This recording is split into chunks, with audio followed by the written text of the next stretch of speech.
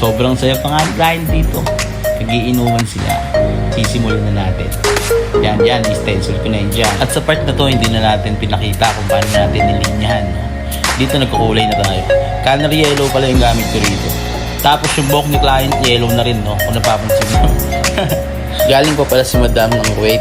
At sabi niya, pag uwi niya, papagawa nga daw siya. Kaya ito na ginagawa na natin. Dito pala sa part na ito, nag-iitip na tayo, mga pare. Siyempre, BBK yun ng dynamic. Hindi ko na nga pinakita dito kung paano ko nilagay yung daw na yan. At siyempre, ito na. Tapos na. Ganyan kapilis. Sa part nito, tuwang-tuwa na nga siya. Lalo na doon sa nilagay nating pangalan. Extra yan. So, may nakasaya na naman tayo, no? Oh, ano pang hinihintay mo? Darin Tadu. Let's go! At syempre, big shoutout nga pala kay Madam, no, na nagpagawa sa atin. Lalong-lalo na sa pagtitiwalang binigay niya. At syempre, sa una natin si Gasper Leewood. Shoutout! Yeah!